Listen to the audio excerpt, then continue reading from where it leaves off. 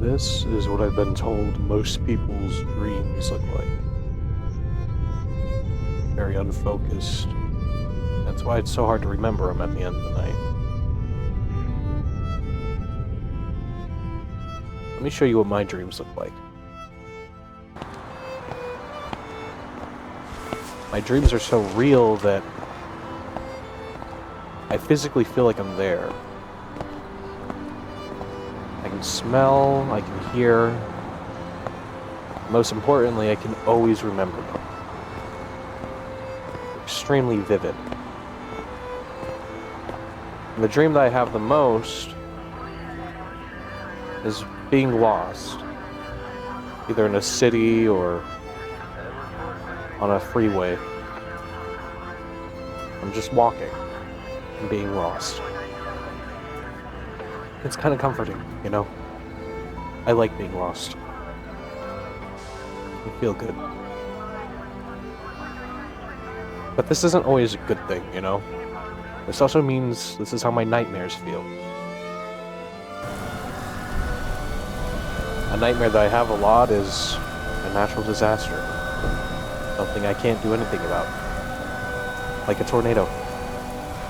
I've had the tornado one, I think, last 3 days. And it feels real. It scares the shit out of me. I don't like it.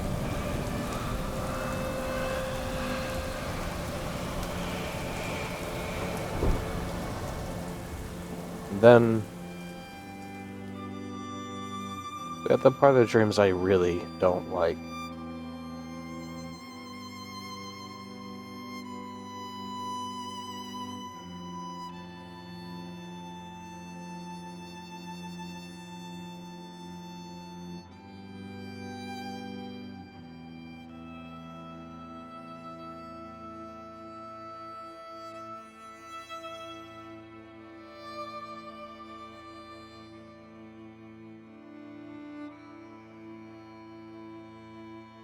Dreams where I go home.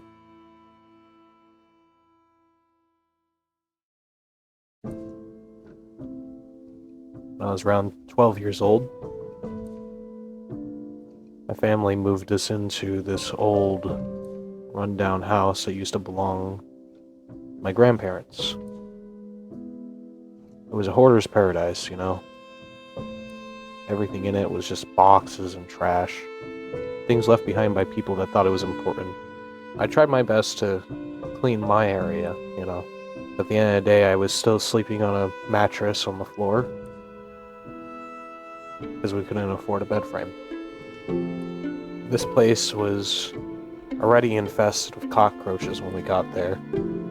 Another thing we would find out is it was infested with mice. They burrowed into my mattress and built a nest on the inside.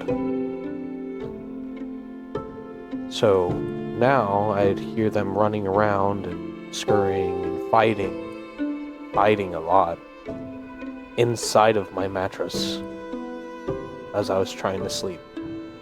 To this day, whenever I hear a sound that sounds like it, I freak out. I go into a spiral of panic, you know? The biggest issue we had was the animal situation. My mother really liked dogs. Originally, it started out with just 2 dogs. But my mother never wanted to get a male neutered. So, things happened and ended up with puppies. Then we didn't neuter those puppies, so we ended up with puppies. And so on. And so on. We had over 24 animals at one point.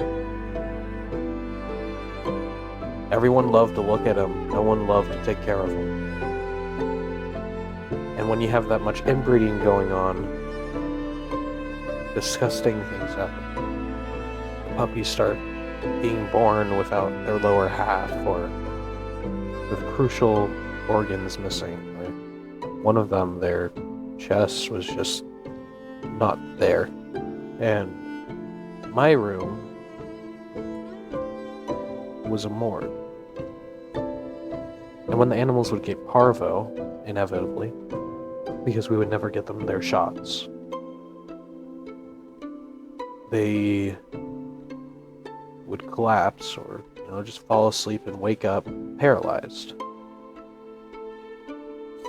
It started out with them getting a little bit sick, and then we all kind of knew what was coming. Now, my parents, they didn't like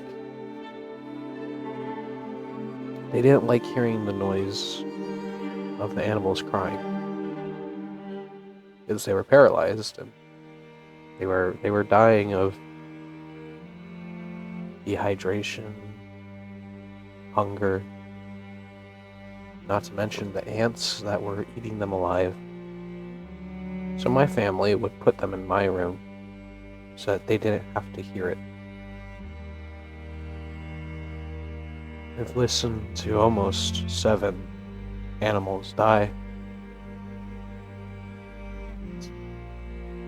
It takes about 2 weeks.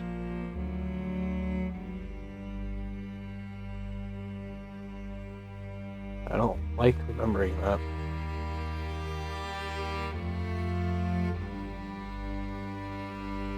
I felt so bad for them. At one point, I debated whether or not to just get a rock and end it for it. I couldn't do it though. I should have. Anything would have been better than that.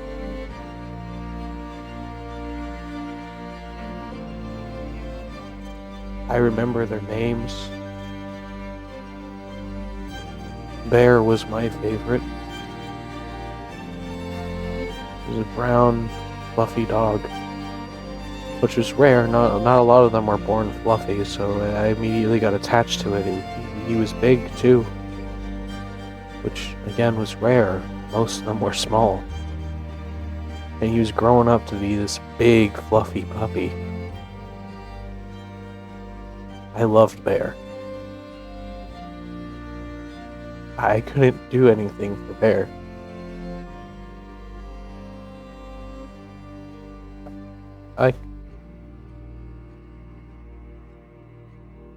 Maybe I could have done something, but I don't want to defend my actions.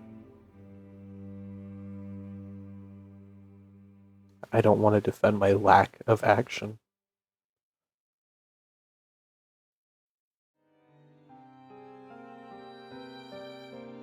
Every night that I dream, there's a small chance that I go back home. But there's also a bigger chance that I go somewhere wonderful. To the point where these days I prefer my dreams over reality. There's something so comforting about them.